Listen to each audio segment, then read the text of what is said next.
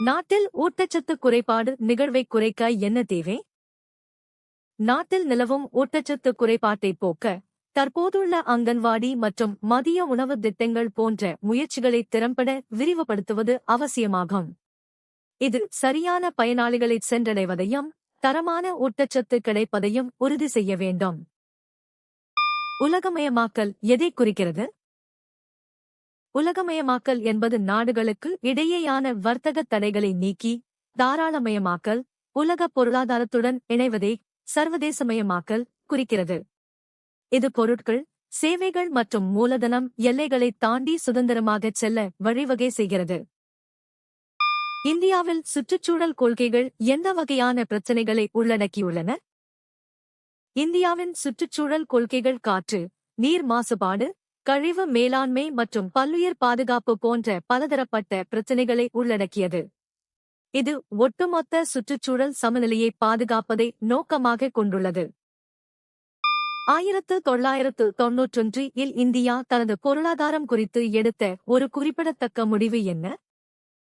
1991 India தாராளமயமாக்கல், தனியார்மயமாக்கல் மற்றும் உலகமயமாக்கல் (LPG) கொள்கைகளை அறிமுகப்படுத்தி உலக வர்த்தகத்திற்கு கதவுகளை திறந்தது. இதன் மூலம் இந்திய பொருளாதாரம் உலக பொருளாதாரத்துடன் ஒருங்கிணைக்கப்பட்டது. உணவு பாதுகாப்பு என்பது ஒரு நபர் என்ன செய்யக்கூடிய திறனை குறிக்கிறது. உலக உணவு உச்சி மாநாட்டின்படி உணவு பாதுகாப்பு என்பது அனைத்து மக்களும் ஆரோக்கியமான மற்றும் சுறுசுறுப்பான வாழ்க்கையை நடத்த போதுமான சத்தான உணவைப் பெறுவதை குறிக்கிறது. இது உடல் ரீதியான மற்றும் பொருளாதார ரீதியான அணுகலை உள்ளடக்கியது.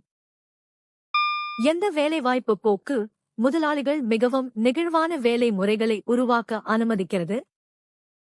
பகுதி நேர வேலைவாய்ப்பு அதிகரிப்பதன் மூலம் நிறுவனங்கள் தங்களுக்கு தேவையான நேரங்களில் மட்டும் பணியாளர்களை பயன்படுத்தி செலவுகளை குறைக்க முடிகிறது.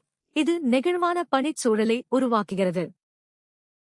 தொழில்மயமாக்கலின் ஒரு முக்கியமான நோக்கம் என்ன? தொழில்மயமாக்கல் மூலம் அதிகப்படியான தொழிற்சாலைகள் உருவாக்கப்பட்டு மக்களுக்கு புதிய வேலைவாய்ப்புகள் வழங்கப்படுகின்றன. இது விவசாயத்தை சார்ந்திருக்கும் மக்கள் தொகையை குறைத்து பொருளாதாரத்தை வலுப்படுத்துகிறது. காலனித்துவத்திற்கு முந்தைய தமிழ்நாடு அதன் பரந்த கடற்கரையின் காரணமாக எந்த பகுதிகளுடன் வர்த்தகத்தில் ஈடுபட்டது? காலனித்துவத்திற்கு முந்தைய காலத்தில் தமிழ்நாடு அதன் நீண்ட கடற்கரையை பயன்படுத்தி தென்கிழக்கு ஆசியா மற்றும் மேற்கு ஆசியா ஆகிய பகுதிகளுடன் கடல்வழி வர்த்தகத்தில் சிறந்து விளங்கியது. நறுமணப் பொருட்கள் மற்றும் துணிகள் இந்த வழித்தடங்களில் முக்கிய வர்த்தக பொருட்களாக இருந்தன. மேற்கு தமிழ்நாட்டைத் தவிர வேறு எங்கு குழுமங்கள் நடைபெறுவதாக குறிப்பிடப்பட்டுள்ளது? தமிழ்நாட்டில் தோல் பதனிடுதல் மற்றும் தோல் பொருட்கள் தயாரிப்பில் திண்டுக்கல், வேலூர் மற்றும் ஆம்பூர் ஆகிய பகுதிகள் முக்கிய தொழில் குழுமங்களாக திகழ்கின்றன. இவை உலகளாவிய ஏற்றுமதியில் பெரும் பங்கு வகிப்பதோடு ஆயிரக்கணக்கானோருக்கு வேலைவாய்ப்பையும் வழங்குகின்றன. நிகர தேசிய உற்பத்தி (NNP) மற்றொரு பொருளாதார தொகுப்பிலிருந்து எவ்வாறு பெறப்படுகிறது? மொத்த தேசிய உற்பத்தியிலிருந்து GNP தேய்மானத்தை டெப்ரிசியேஷன் கழிப்பதன் மூலம் நிகர தேசிய உற்பத்தி (NNP) பெறப்படுகிறது.